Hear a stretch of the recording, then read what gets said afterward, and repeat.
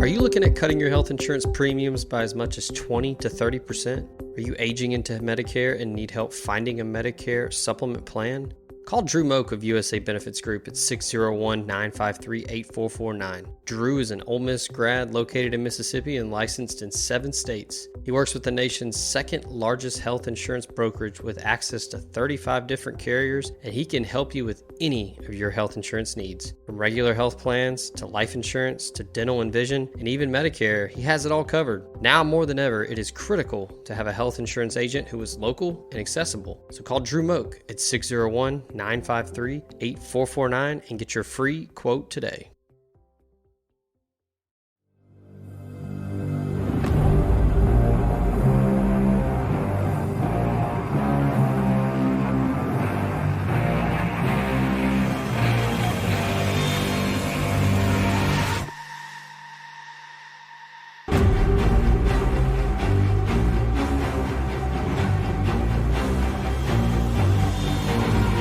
Welcome in to another edition of Red and Blue Smoke. I am your host, Zach Berry. Joining me, as always, Greg Jones of LB's Meat Market. Greg, good morning and happy week 2. Yeah, good morning and happy week 2. Sounds awesome. We're getting this football season started and nothing but good stuff so far. Big blowout victory against Mercer, which, by the way, I don't think a lot of people realize it. Sure, FCS opponent, but it's a legit top 25, top 20 FCS program. So they're not anything to sneeze at. So an impressive beatdown of a team that is probably going to win a good amount of games this year. Now ramps up week 2. Rebels head on the road to Ullman Stadium, uptown New Orleans, to go take on Tulane. We'll get into that a little bit here, but first, I do want to remind you of where you can find Greg and the folks at LB's. That's 2008 University Avenue, across from Kroger. Go see him. If you didn't know by now, he announced it last week. The plate lunches are back, baby. Go get you some fire for, I don't know, what is it, Greg, $10?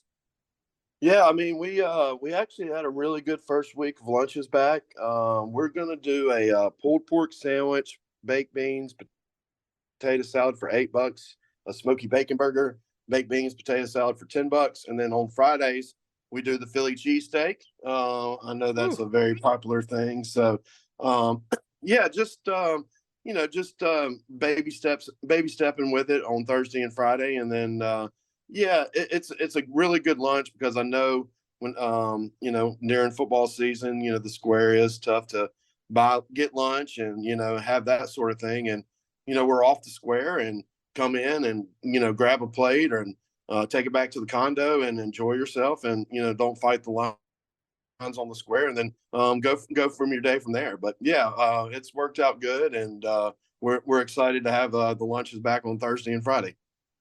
Absolutely, yeah. You can't start off a weekend better than getting a good plate lunch at LB's. Also, I do want to remind you, I tell people all the time, don't sleep on it. Go peek in that cooler. Make sure you don't miss anything in there, because good deals always in the cooler. Get you some nice pieces of meat, some nice fillets, maybe some pork chops, chicken, all that is in there and more.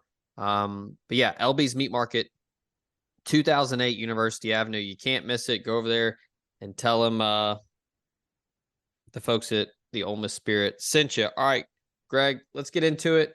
A little bit of, I said the idea for the show, we were going to try to do it as best as we can. Like, obviously couldn't really do a lot with bears last week. I guess people do eat bears, maybe. Probably gummy bears. Yeah, that's true. My kids would have loved an episode about gummy bears.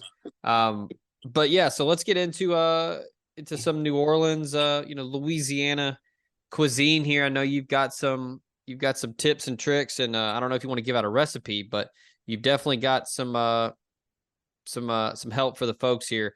I'll ask you this off the bat: are you partial to gumbo or jambalaya? Which one do you prefer?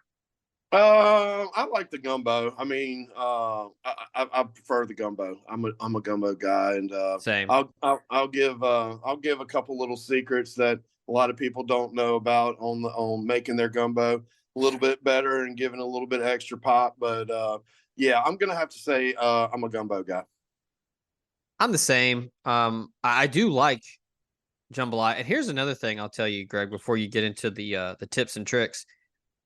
And maybe I'm wrong here. I grew up on it. We had it all the time. My grandmother made it, and it was amazing. I feel like shrimp Creole was slept on big time. Yeah, I mean it's a traditional Cajun style dish also. Yeah, there's so many good Cajun dishes and there's some really good Creole dishes also. So gotta make sure you know the difference between a Cajun dish and a Creole dish.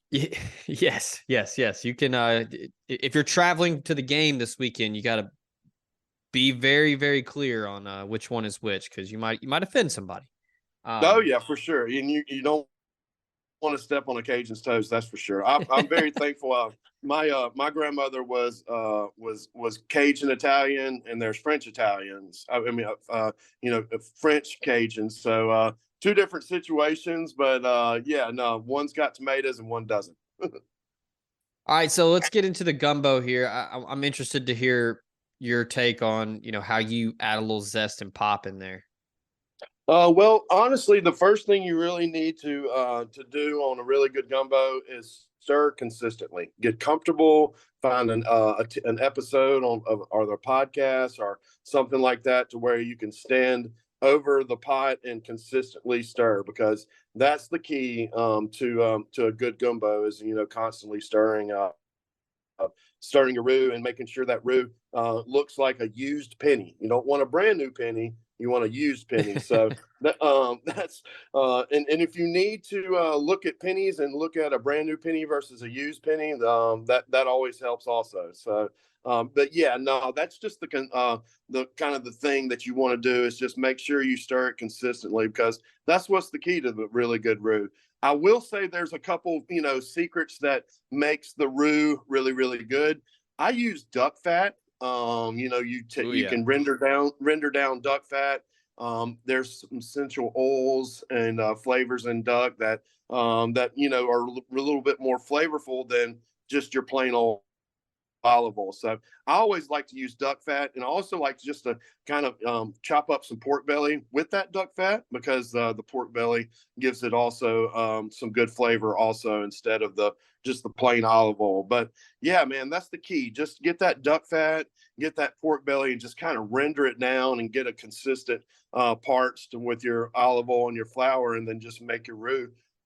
All always make sure your roux is like I said that used penny, and then once you get that used penny look, then you can add the Holy Trinity, which is blessed by the Cajun gods, and it's very simple. It's a bell pepper, onion, and some celery. I have some friends that use poblano peppers, so that can be Ah, all right. a different twist to it.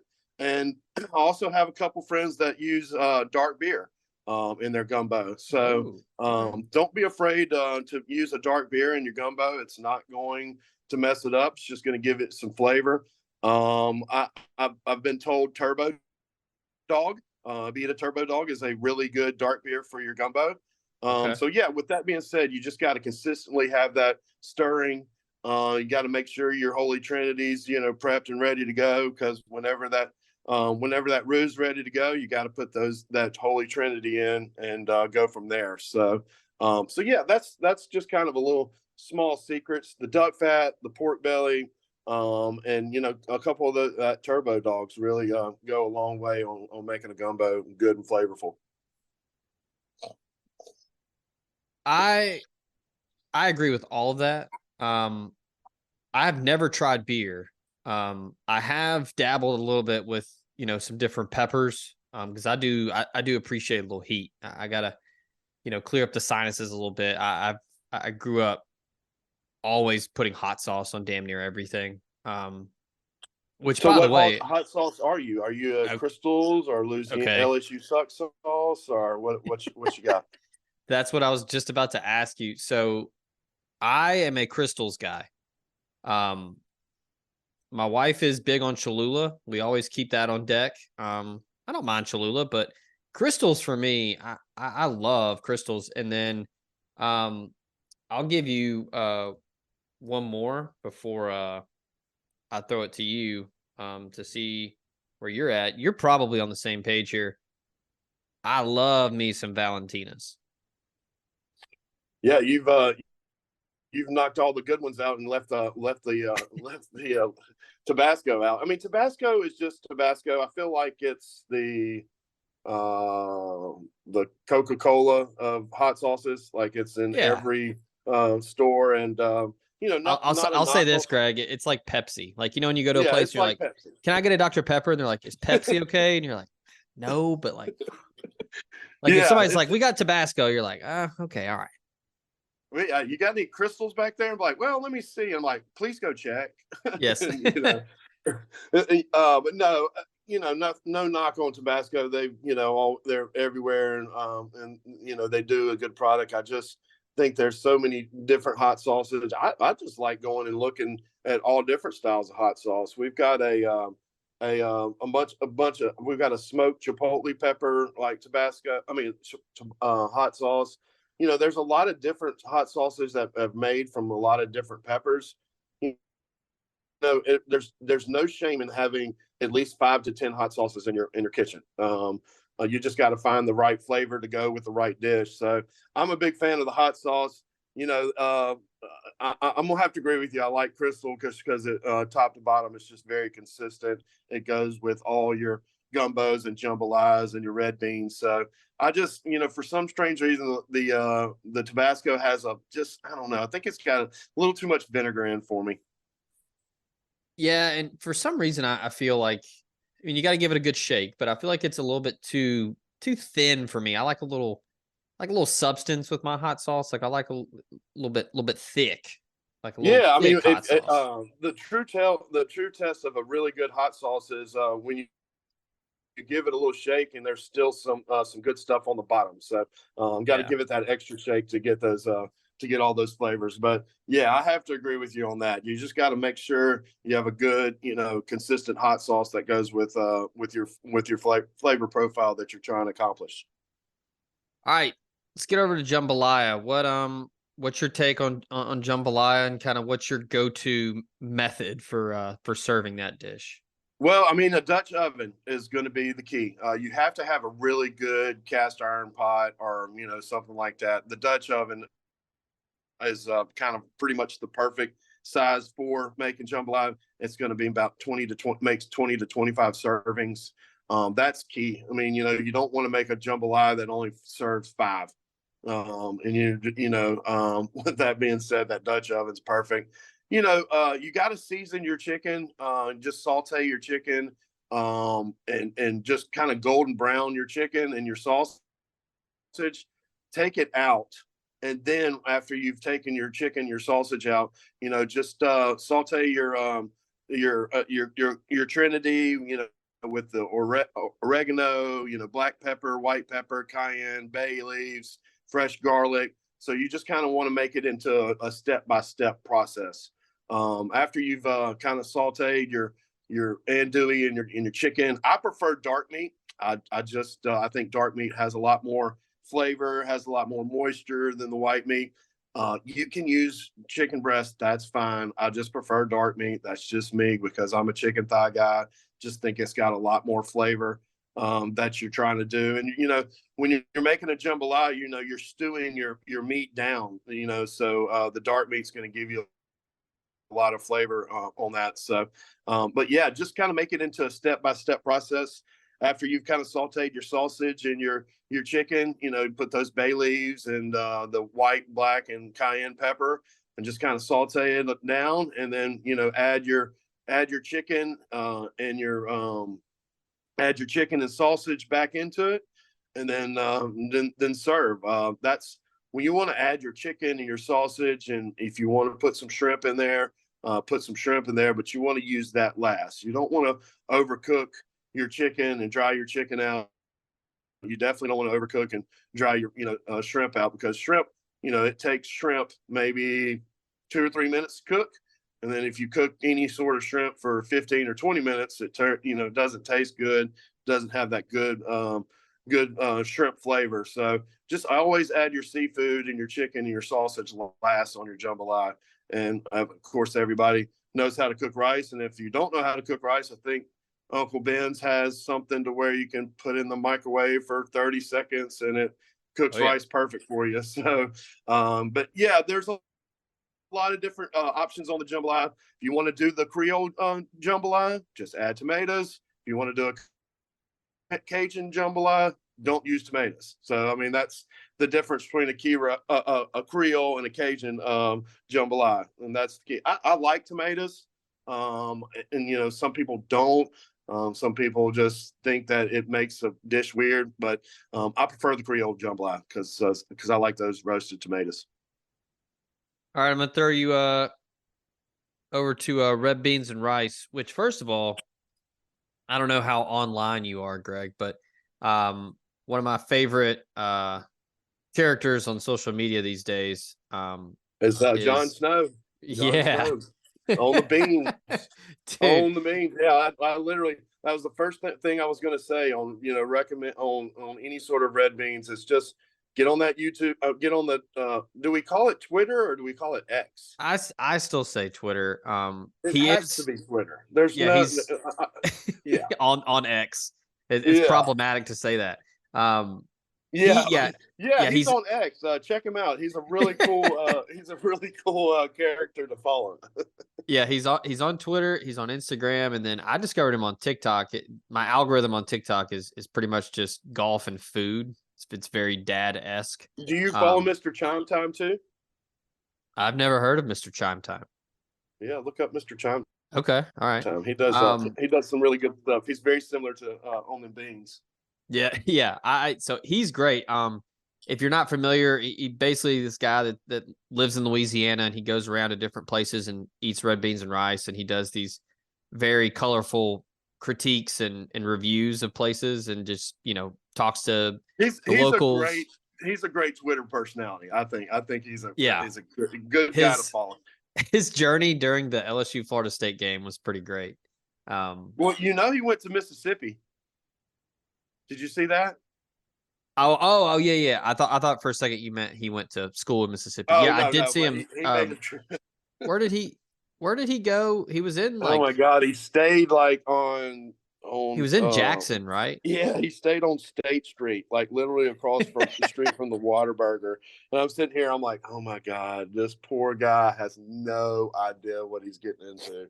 But no, do you have a shirt? Because I have a shirt. I need to get the. I love the his bit about respect your body. Oh yeah, as he eats one piece of lettuce on his plate lunch. Yeah, or now Abita has the hop water, which I guess I could look it up here because he is sponsored by Abita, so he's usually drinking an Abita. So hop water is like a Citra and Cascade hop infused sparkling water. So yeah, he'll take a sip of that and he'll say respect your body, but yeah, he'll eat like a salad and say it. Yeah, I need to get some merch because I do. I love red beans and rice. If there's a place that offers it, I definitely want to try it to see if you're about it. And I will before we start the red beans, I will say Camilla red beans only. Those are a staple. Yeah, that's it. There's no. Whenever somebody can I use kidney beans? Yes, but no. Just you get that. It's got a pretty little flour on it. The presentation of the bag's great, and it's they pick through the red beans and make sure you get the best red bean every single time. And I will say another thing is soak your red beans overnight. Do not cook them or anything like that if you have time, because red beans is going to be not a timely process, but just always soak those Camilla red beans, and that's your first step of making a really good red bean. So I've noticed him a couple times. He's done the cheat code that I typically use with red beans and rice is that you get the cornbread and you just crumble it up and throw it into the red beans and rice. That's what I do. Yeah, I mean that's what everybody should do, especially if there's a fried pork chop available. I almost like to do fried pork chop on the bottom, and then cornbread, Yeah. and then the red beans on top, and just literally almost have like your own KFC bowl, but Cajun style. Yeah, I love that play too. Yeah, I'm big on yeah, I love when the fried pork chop and he just gets it and just starts eating it like a potato chip. Oh yeah, and he picks up and he's like, "Now that's a good pork chop right there." Yeah. I mean his We got tagline, to get him. We should have got him. We should have got him on the show for at least like 2 minutes and just let. I mean, I I think might he was. I Yeah, might see we gotta about drop in those DMs. Yeah. I might see about getting him on for the LSU game. Yes, that's what we can do. Or try to get Mitzi in here or something. Because I Mitzi's a would character. love to get his take on just all things like Louisiana and New Orleans. Because look, I've said it a lot. I'm not knocking New Orleans. It's not my favorite city, but I do Well, enjoy eating there. when a hurricane comes in and gives the whole city a bath and it still smells, that just I But mean that just I mean okay, that's my first take is literally I'm like, yep, still smells the still same because like still smells. my my mother was her business was based out in New Orleans, and I was fortunate enough to go to the Sugar Bowl from '92 to '98. Had a nice little stretch where I went to New Orleans on New Year's and watched the Sugar Bowl, and I still remember the smell when I was 12, 13 years old going to that Alabama Miami game, and went there passing through to go to we went fishing down in Venice 2 weeks ago, and rolled down the window, and sure enough, that same New Orleans scent still there. So yeah, New Orleans is very unique. A lot of personality in New Orleans.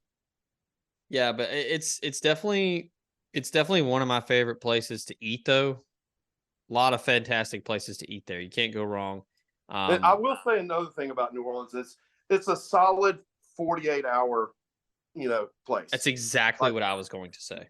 you just I mean if It's you're like in New Vegas. Orleans, yeah, it's very like if you're in New Orleans for more than 48 hours, I don't know what to say after that. I just feel like New Orleans is a solid 48-hour travel site. Yeah, that's kind of mine is like I've done the long extended weekend and it's just a lot. And I mean it's different for everybody. I mean, not again, I'm not trying to dump on New Orleans. If like what you like. But for me, mid 30s, I'm not all about, the Bourbon Street lifestyle anymore. I, But I I, do I like mean, going and eating. yeah, I mean, the food is everywhere, anywhere is great.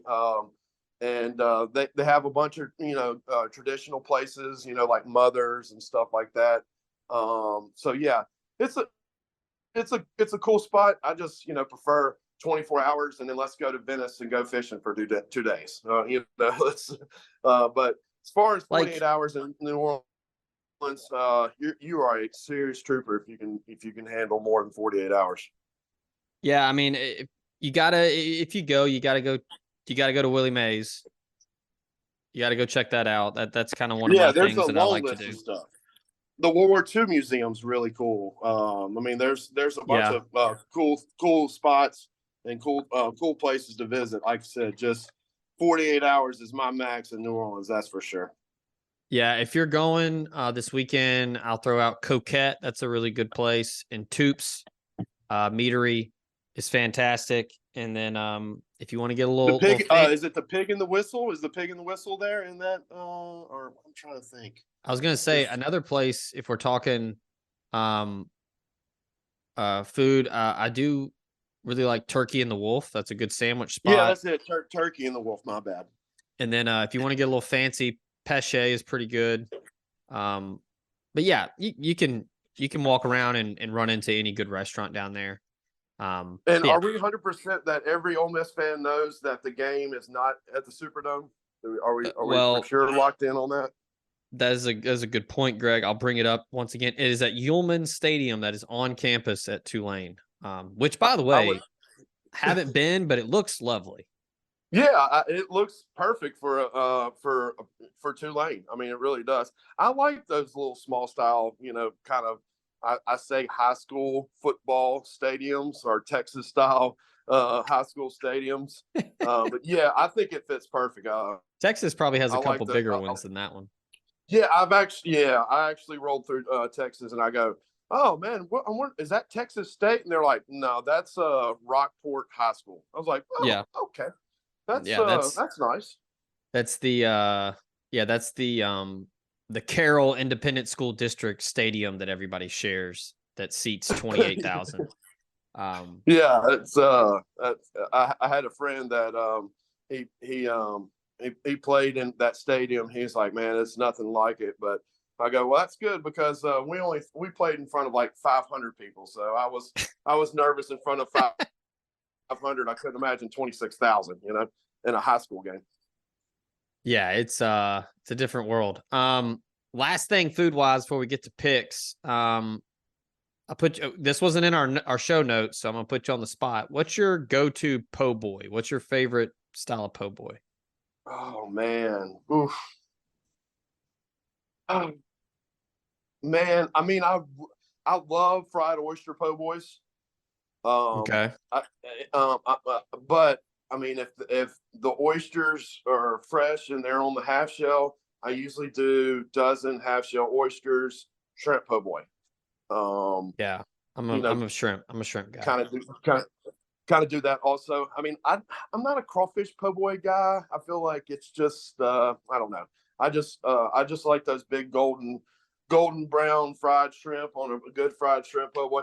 I mean, are you a mayonnaise, lettuce, tomato, hot sauce guy on the po' boy?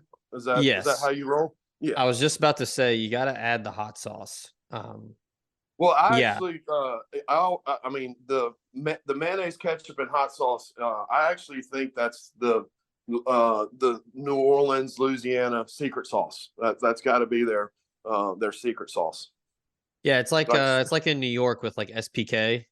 Yeah, for sure. With bagels. Like I know I'm sure a lot of people are taken aback by that when they get a traditional like Jewish bagel shop and they put the ketchup on like a bacon, egg, and cheese or something. People are probably like, what the hell is this? But it tastes good. Yeah, I will give a little secret before we get into the picks on the red beans. A good ham bone goes a long way in red beans and rice. So get you a good smoked ham bone to always do to make those red beans and rice. And give it a little body. Yeah, I mean, you just literally stick the ham bone in the middle of the pot and then just let it sit there, and you're like, oh, because the marrow and the bone gives it flavor. The smoked ham gives it flavor. But big ham bone guy when it comes to my red beans and rice. Let's get into picks here. Before we do, let's take our break and hear from the other sponsors that bring this show to you. When we come back, we'll talk week 2, and Greg and I'll give out some picks on some of the big games. So hang tight. We'll be right back. The College Corner is headed to Oxford. Stop by their new location in the Oxford Commons off Sisk Avenue. They'll have 4,000 square feet of Rebel gear ready for your trip to the Grove. On your next trip to Oxford, stop by the College Corner or our other great locations in Ridgeland and Flowood. Hats, shirts, polos, pullovers, sweats, t-shirts. College Corner has it all. And as always, you can visit us online at collegecornerstore.com. That's collegecornerstore.com. The College Corner, where your game day apparel meets. This podcast is brought to you by Cherokee Valley Golf Course in Olive Branch, Mississippi. Get on over to see Cody Allen and the crew to take on the challenge of their wide, plush Zoysia fairways and large championship Bermuda greens. They have 2 putting greens to hone in your game with the flat stick, a driving range, and a chipping green to tighten up the short game. Book a tee time online at olivebranch.com or give them a call at 662-893-4444. That's Cherokee Valley Golf Course in Olive Branch, Mississippi. This podcast also comes to you thanks to Bluff City Advisory Group, Memphis's leading team of finance professionals who can provide advanced assistance with financial planning, pension, and qualified plan support, and business and estate planning strategies as well. Former Ole Miss Rebel and founding partner Ben Still, along with his elite-level customer service team, make it their goal to help you meet the ongoing demands of your financial needs. Learn about this and more at bluffcityadvisory.com.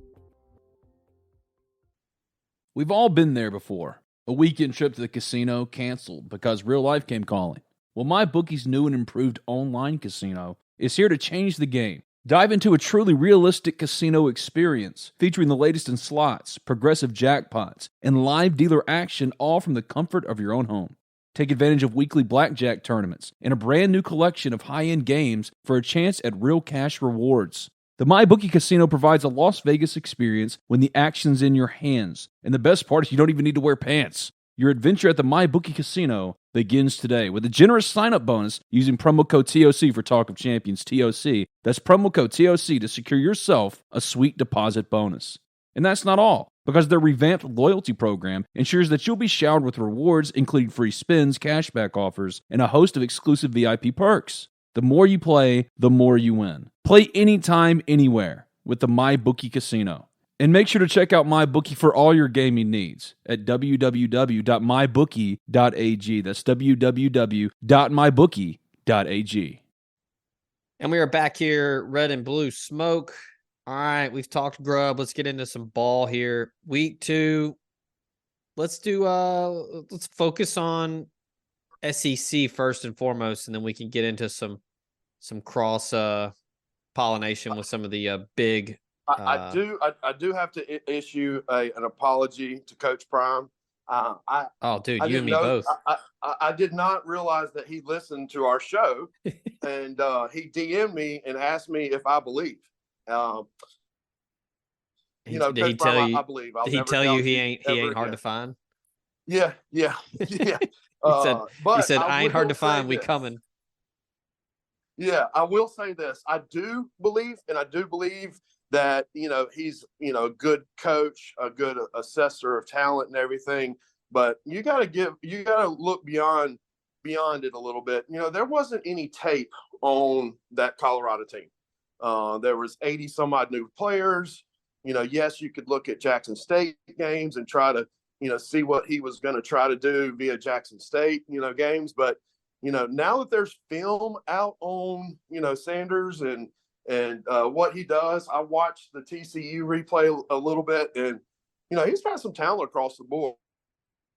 But, people will figure out that nut to crack. So I will say, Coach Sanders, thank you for listening to the pod. I didn't know you were a big fan.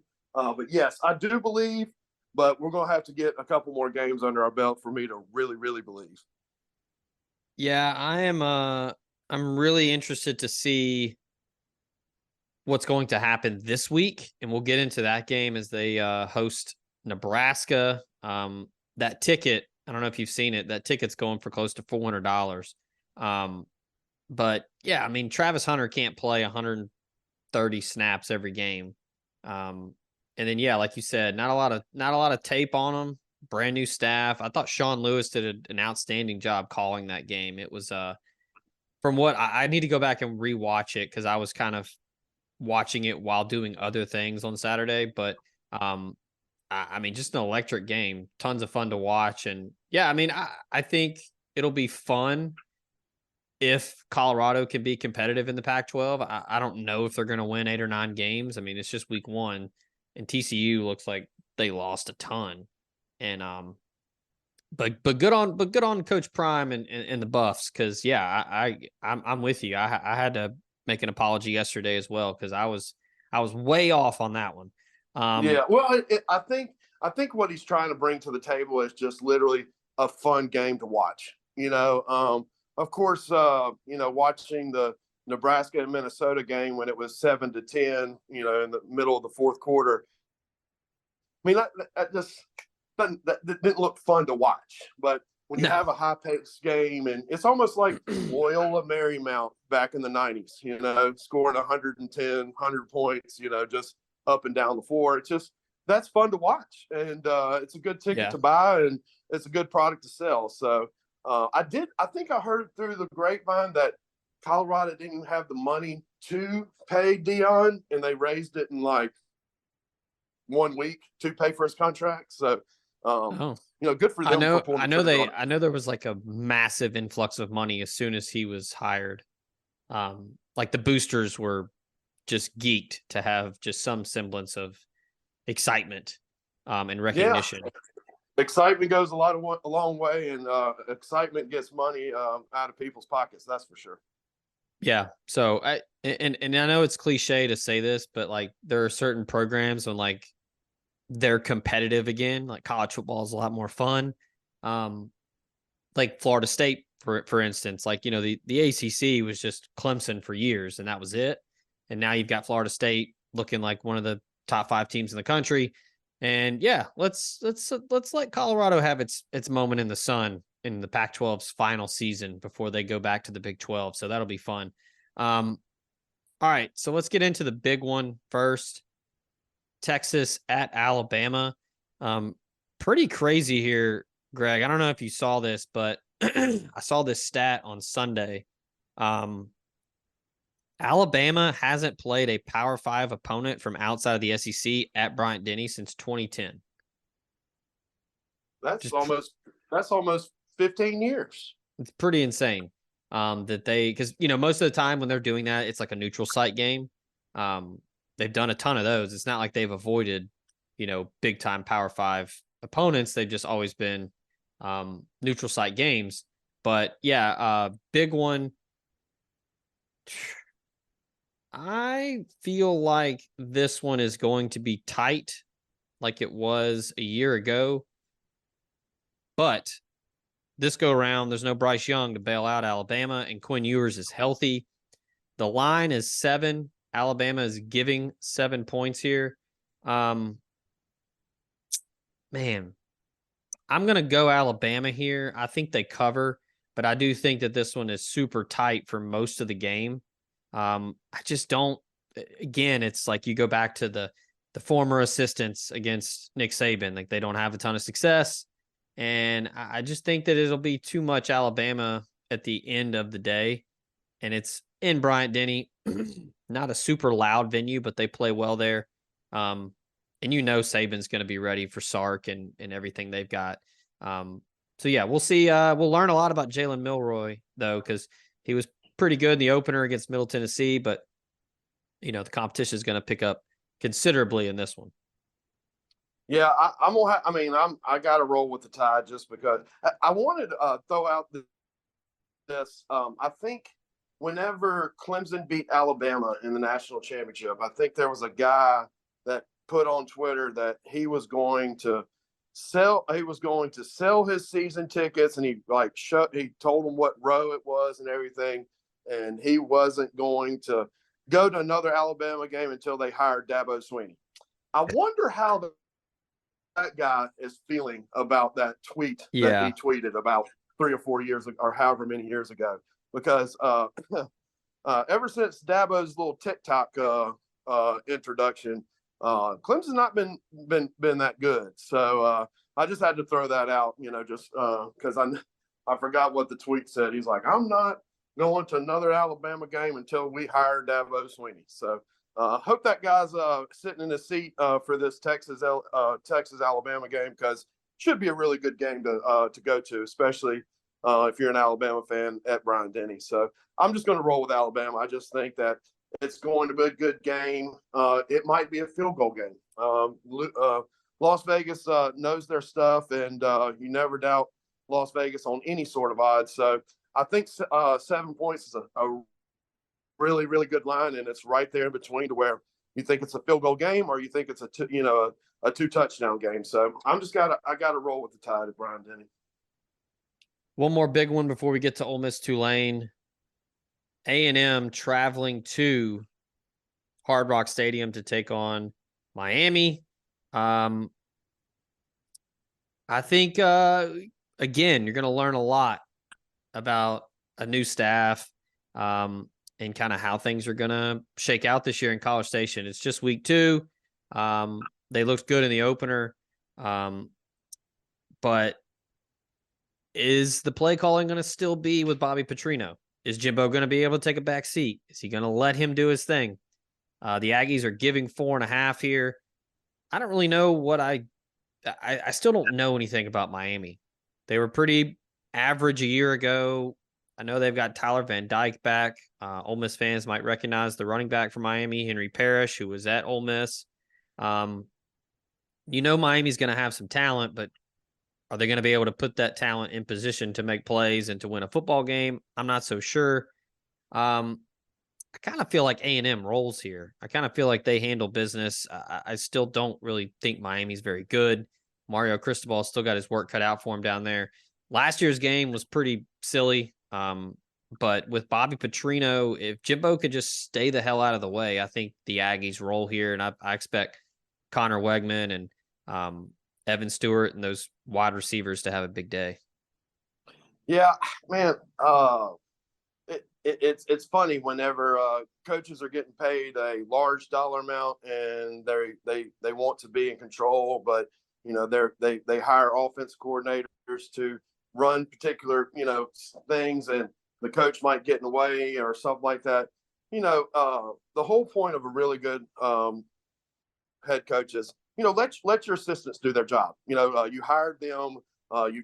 You wouldn't have hired them if you didn't trust them. So I kind of want to fall back on what you said. You got to let him do his job, and and Jimbo's got to let it go. And if something happens or something's bad, then the head coach can come in and say, hey, look, I think we need to try this or try that. But hopefully he can trust his assistants to do his job. But man, for some strange reason, I just feel like if Miami wins this game, how hot is the seat and for Jimbo?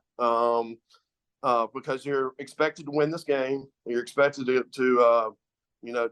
contend for the West and win national championships. They did not pay you a particular dollar amount to win 8-9 games, and go to the Sugar Bowl or go to the Citrus Bowl or something like that. So, expectations are really high right now. And, with him getting paid the dollar amount he getting paid and the season that he had last year, he should feel a little pressure. So with that being said, I'm going to go with Miami just because I love seeing people get awkward in situations they should feel comfortable in.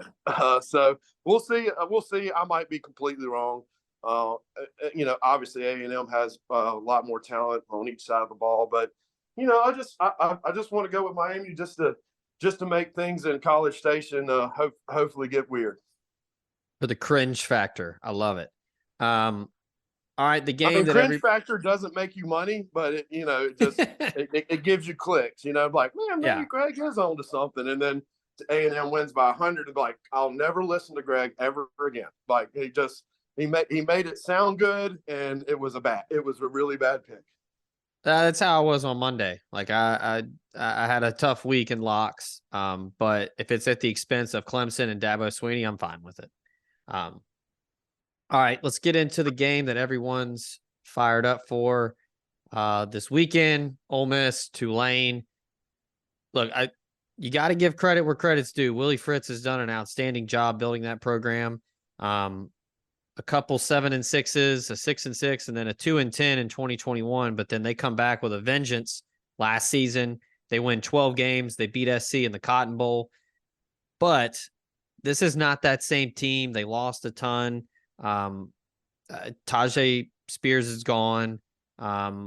Michael Pratt is back, and he was very good last week. But I don't know if you watched the end of that game, Greg, but he was banged up. He was limping while they were in victory formation. I don't know how healthy he'll be this week. He's going to go. He's not going to sit out this game. But, is it going to be a nagging injury or, it's kind of one of those, Greg, was like, are you injured or are you hurt?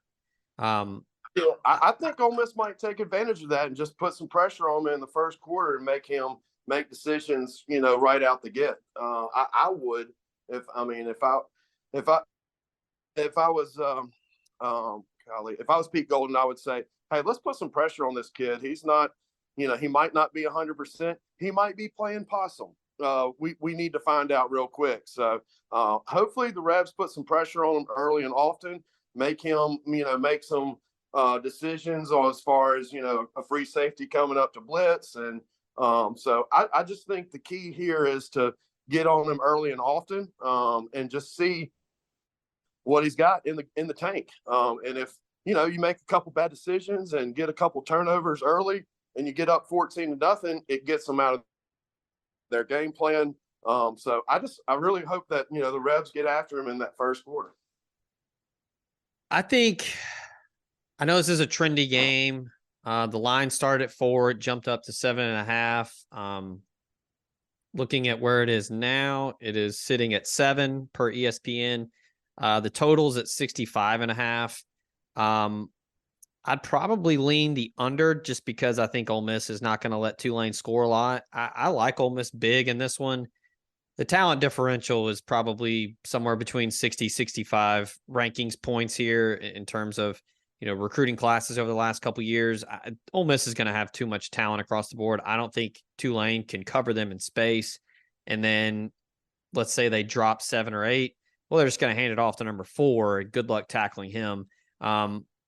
I think Tulane's a good team, but I just think Ole Miss is better across the board. And we saw it last week. I think Jackson Dart is on a mission this year. He's the starter. There's no more, or on the depth chart now. Like, he's the guy. I think he's going to be really determined and motivated to make a statement and get ready for Georgia Tech and then get ready for Alabama and the SEC slate. I like Ole Miss big here. I'd probably say like 44-16, something like that. I just think that Pete Golding's going to be ready for Michael Pratt, and I think they're going to have a game plan and they're going to execute. Yeah, and I don't want to sit here and jinx it and put the L word on Ole Miss here, but the offense looked great regardless if it was Mercer or not. And you could tell Jackson Dart does have a little chip on his shoulder. I think last year he played his absolute soul out. He was, and he was trying to do too much. Now that he's, in his second year, he feels a little bit more comfortable. He's got, he's got some really good wide receiver options, and he can also hand the ball off. And that's a big deal, is if you can hand the ball off and maybe check down. If you say a safety coming up, maybe, throw the slant in there. I think that there's certain things that he's learned and you could tell, even though it was Mercer, the offense looks really good and the offense can score. Just, you got to get a couple plays on defense. If you get a couple stops, if you get a 3 and out. My thing is I'm not telling Coach Kiffin what to do, because obviously he gets paid money to do his job, but I know he's listening. But let's defer the toss. Let's put our defense out there. Let's get a 3 and out. Let's, get the ball and go down and score and let them know that, our defense is for real and we've come to play. So I don't know if he'll do that, but with that being said, I think the defense shows up this week and they're going to be improved by week, I think. Yeah, I agree there. I think the defense is going to be much better than people anticipated. I love the front 7 depth, and then you've got Sunterian Perkins making plays left and right. And a lot of linebackers were in that box score last week. So I look for that front 7 to continue to get better for this week's game. And then moving forward, I'm excited to see that defense continue to evolve. All right, that is going to do it for this week's Red and Blue Smoke. We've got our picks in for a couple big ones. And then you heard all the gumbo jambalaya, red beans, po' boys, all of that good stuff from our buddy Greg at LB's. Do want to remind you, plate lunches are back. Go get them Thursday, Friday. Can't beat it. Best deal in town. That's at 2008 University Avenue across from Kroger. Go see him and get you a good meal and get you some protein for the weekend as you look to start grilling out as the weather hopefully starts to cool down a little bit and you're not running through some shirts out there standing next to the grill. So, Greg, any last week 2 or any grub notes before we head out? Man, it's just football season is upon us. Getting your routine. If you like coming to Oxford, come in. The square last weekend was an absolute madhouse. The store was crazy busy. I know it was Labor Day weekend, but for some strange reason, it was just a lot busier this season. And if it was like that for Mercer, there's no telling what it's going to be like for LSU and Arkansas. So my little recommendation, and this is me, of course, because I love plugging my business. But if you have a condo, come in on Thursday, get a couple steaks, get everything set up for the weekend. And then if you want to go to the square after you eat dinner, go to the square after you eat dinner. But take advantage of that grill at your condo and take advantage of LB's because we'll have plenty of fillets. We've got the Lane Train special, got plenty of seafood coming in on Thursday. So, I hate not to say it, but you got to take advantage of LB's and take advantage of your condo and enjoy yourself. And then fight the square whenever you want to. Absolutely. All right. That's going to do it for Red and Blue Smoke. We'll be back next week for some Georgia Tech preview. We'll talk, we'll figure something out for some Atlanta, Georgia themed cuisine to get you ready for next weekend's matchup. Until next week. Yeah, maybe some chocolate covered yellow jackets. Maybe that might be good. Oh, okay. I don't know. I've never had grilled yellow jacket before, so I imagine it stings going down. We'll do a very honest, assessment of the varsity, maybe. Oh yeah, there you go. I've been there. I can do that. All right. Well, we appreciate Greg as always. We appreciate the rest of the sponsors, and of course you, the listener, for tuning in. Make sure check out omspirit.com for all of your week 2 preview stuff. Subscribe to the podcast and the Talk of Champions podcast network. And if you haven't already, subscribe to the YouTube channel at OM Spirit on YouTube, where all the podcasts can be found. So for Greg, I'm Zach. This has been Red and Blue Smoke. We out.